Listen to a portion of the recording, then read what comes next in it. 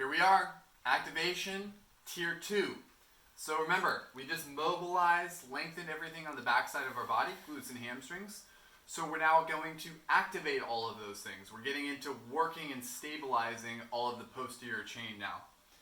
Now I got 4 exercises for you. Okay, so there's going to be a little bit of time involved in getting through these. And remember, you're going to go through at least 2 times, maybe 3. And of course, you can go through 4 times if you want, but you have to be mindful, is your form maintaining through each of the sets? If you feel like your form is deteriorating as you go along, then you know that something should be limited, okay? Maybe less reps or less sets. So please adjust according to what your strength and endurance is. Now, the first one, we're going to do an elevated bridge. Now, I'm going to use a bench. You can use a bench. You can use the edge of your couch. You can use a ball as well, which I can show you. And if you have nothing to elevate your head and shoulders on, you can also use the ground. That's totally okay. Now, this is not likely something that you haven't seen before. I'm just going to now give you my version of it, and hopefully it helps you essentially put it into a frame of reference of how we're going to activate our backside and keep great form as we're doing it. So as I'm seated on the bench, I'm then going to scoot my butt off so my head and shoulders and arms are on the bench. Now, I like to open up my posture, my arms as I do this, just because I like opening my posture as much as possible, okay? Now, I'm going to start with my hips as high as I can. I'm going to start with extremely strong and engaged feet as well. So I'm making nice strong arches in the bottom of my feet. If you can notice that, my toes are pressing into the ground. If you have strong activated feet, more likely than not, you're going to have strong activated legs. Now, I'm also keeping my feet about hip width distance apart, okay? I'm not super wide. We want to stay narrow. That's going to help us get the best glute activation that we could possibly get. Now, as far as the movement goes, I'm going to lower my hips to the ground as I exhale. Inhale my hips straight up. Exhale down. I'm going to do 15 of these. 15. Notice if your head and shoulders feel like they're sliding off the bench, you may have to readjust. Now, as I said earlier, we're working glutes and hamstrings here. You may feel your low back, and that's okay. It's not wrong. But if it ends up being something that irritates you, you may need to consider tightening your abs a bit more as you go through the motion. So I'm also locking my abs, squeezing the front side of my core as I go through this motion. I'm on 8, really driving through my heels. Feel my glutes and hamstrings as I lift my hips, really squeezing as high as I can. You can get super lazy and do this, really quick. Fast does not mean engaged.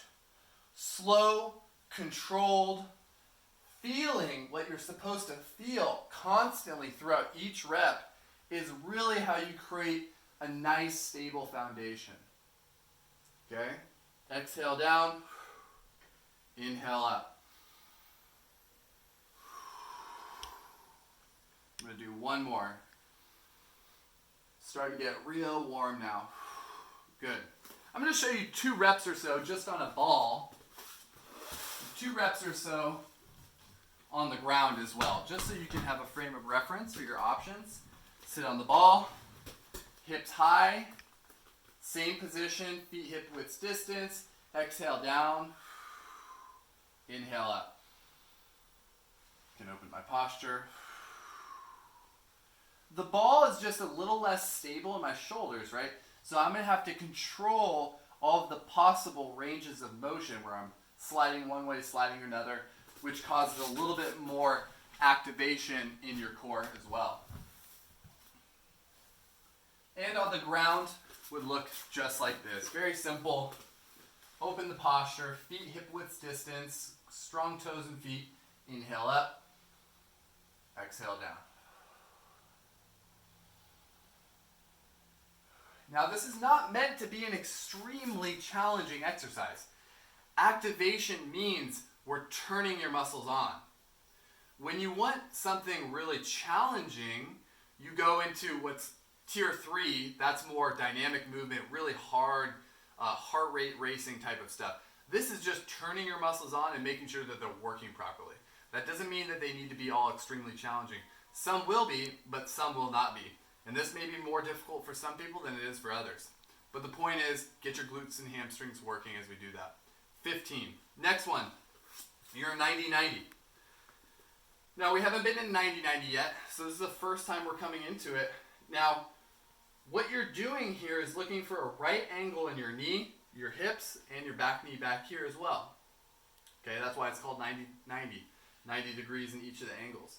Now, what I'm going to do is I'm going to stay nice and tall, like we were talking about earlier with the pigeon stretch in the previous tier and video, is we were leaning forward, staying tall, and getting the stretch, which is what we're going to do here, but now we're going to do it with no hands.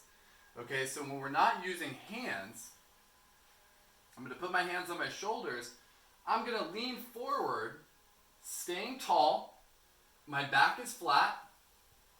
Then I'm going to push this knee down through the ground, which is going to activate my glute on that side, and that's going to push me back up. Now, I promise you that is not as easy as it looks. There's a lot of things that can happen here in this 90-90 position, and some of us might have a lot of trouble even getting here. So if you have to shorten your ankles, maybe like so, I brought my ankles in towards my body a little bit more, that can be helpful. If you must use fingertips or, one hand, okay, even if you need to use both hands, that's fine. But the key is you lean forward, staying tall, and then you push this knee through the ground to push your chest back up. Lean forward, push yourself back up. And I'm activating this glute on this side. Now, lots of other things working at the same time. It doesn't mean that anything else is not working. We're just targeting that glute, right? Posterior chain work day. Lean forward, push yourself up. Now I'm going to do 15 each side, or at least something like it. So go ahead and join along with me. I could also do this with my hands. I like to do this, as I said, I like to open my posture as much as I can. So this is what I'm going to do. I'm at 5, I'm going to do about 10 more. So make sure you tune into your body, listen to your body. If 15 reps isn't appropriate for you, and you'd like to do 10, 12, 7, that's fine. Totally fine. Do what is appropriate for you. I'm starting to get nice and sweaty now. Cheeks getting flush. I'm working. I'm also trying to have a little bit of fun as I do this. Playing in my body, right? This is all new stuff for a lot of us. And when you do something new with your body, it's exciting. It's fun. You're exploring different things with your body. Movement is another form of exploration and play. I'm going to do 2 more. So think of this and frame this as it's a fun exploration of how your body can express itself. Boom. 15 on that side. Now I'll switch. Now what is likely to happen when you switch sides one way to the next is you're going to notice one side may be tighter than the other. For me, I'm much tighter with my left leg forward and my right leg back. That's for a couple different reasons though. It's actually for 2 reasons. Because my left glute and hamstring are tighter, and the internal rotation on my right hip is not as great. So I'm actually limited in both sides in this position. So I'm not even going to bullshit you. I'm going to use hands here to assist myself as I go along, because this side I may not be able to do it with great form the entire time. So I'm going to use fingertips. Okay? So I'm going to stay tall. I'm going to have my fingertips on the ground. I'm going to hinge over that left knee, staying long in my spine. Push myself back up by driving the knee into the ground. Stay tall in the spine. push myself back up. Again, driving that knee into the ground. And now maybe, as I go along, rep after rep, I can go lower. That's great. And you may. The key really is, go as low as you can tolerate, both with the stretch and the capability of coming back up. Because you can go down, but you got to be able to bring yourself back up. And you also don't want to go too far that you're overstretching or over exacerbating what this sensation creates. If it's really painful for you, don't go too far into it. Now I'm starting to feel my hips open up here, so I'm going to take my hands off. I'm going to do about 6 more.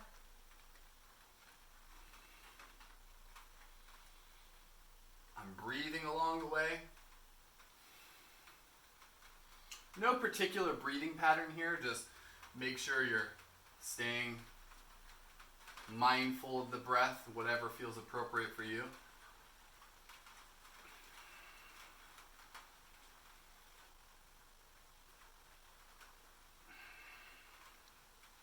Two more.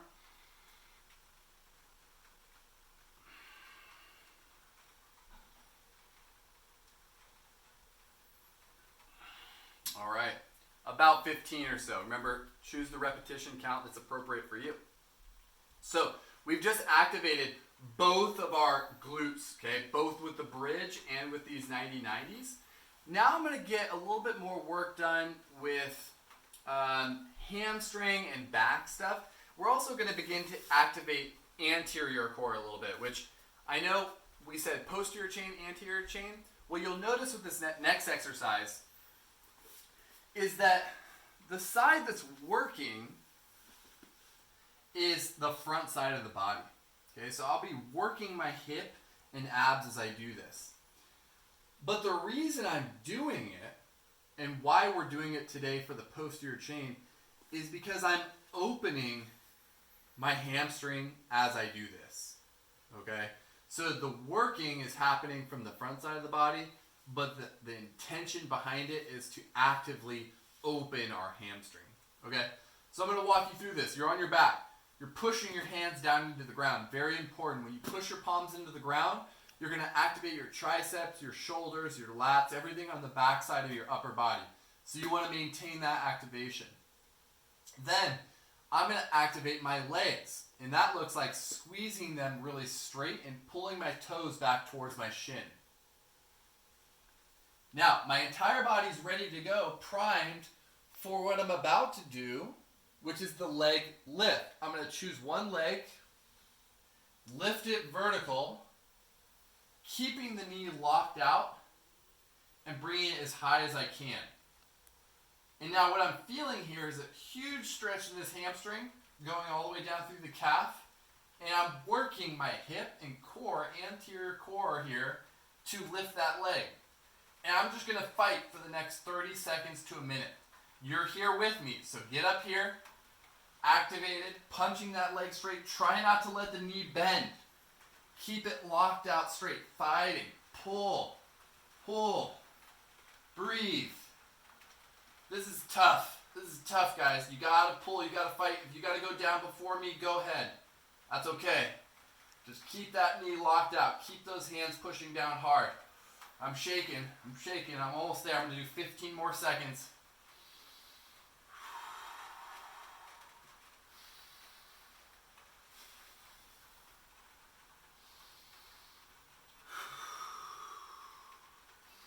Five, four, three, 2, 1.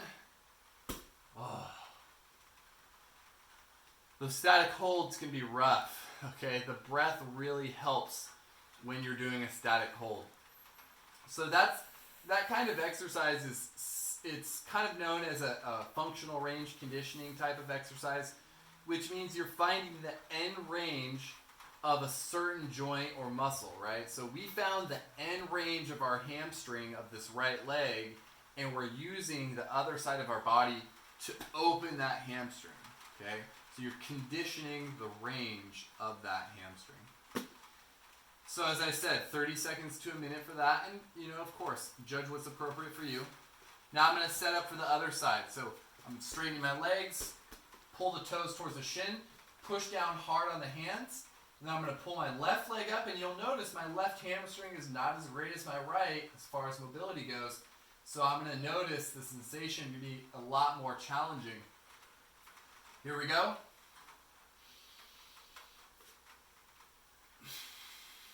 All right. I'm fighting. Pushing down on the hands. Keep this right leg straight and engaged as I'm driving this left leg towards my chest.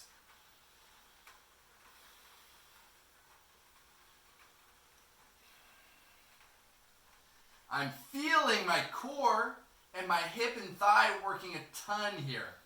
And that's great. We want to work both sides of the body. Just because we're working on posterior chain today does not mean we don't want this to work at the same time. Opening that left hamstring. I'm going to do 15 more seconds.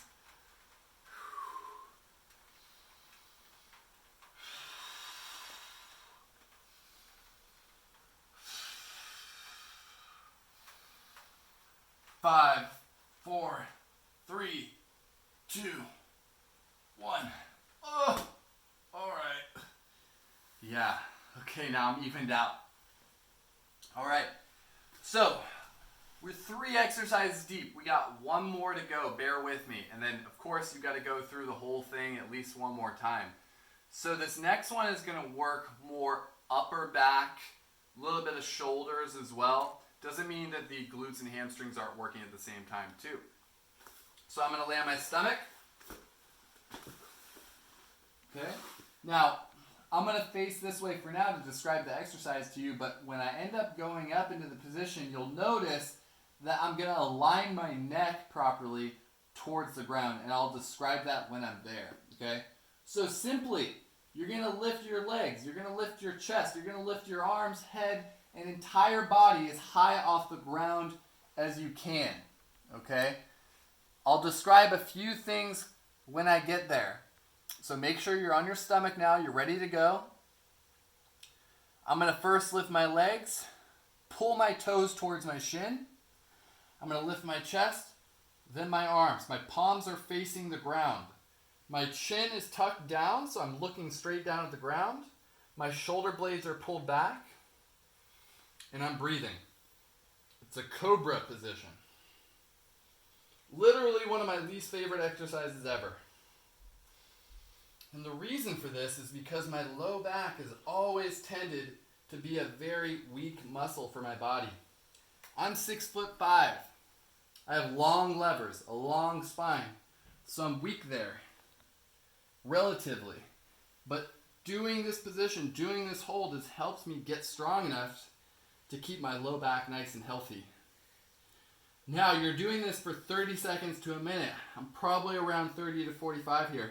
So I'm going to do a few more seconds. I'm breathing, hands high. In and out of the nose. It's hard because you're on your stomach, but you got to try to breathe still.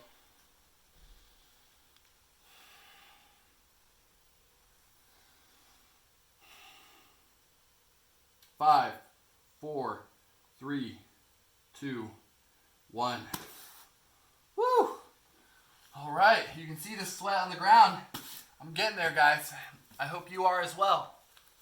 Now, you got at least one more set, as I mentioned earlier, maybe 2 more.